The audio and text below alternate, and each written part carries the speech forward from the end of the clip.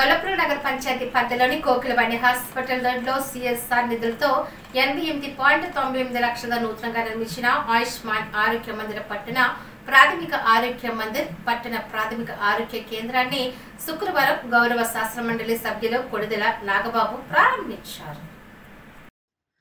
శాసనమండలి ప్రభుత్వం విప్పు శ్రీహరి ప్రసాద్, జిల్లా collector Shanmohan Sagale, SP G Bindu Madhav, రాష్ట్ర డెట్కో chairman Vemulapati Ajay Kumar, Kakinada urban development authority chairman Tummala Ramaswamy, Pithapuram Janasena in charge Marreddy Srinivasu ఇతర ప్రజా ప్రతినిధులతో కలిసి ప్రారంభించారు. అనంతరం ఆసుపత్రిలోని వివిధ సౌకర్యాలను, వార్డులను ఎమ్మెల్సీ నాగబాబు పరిశీలించారు.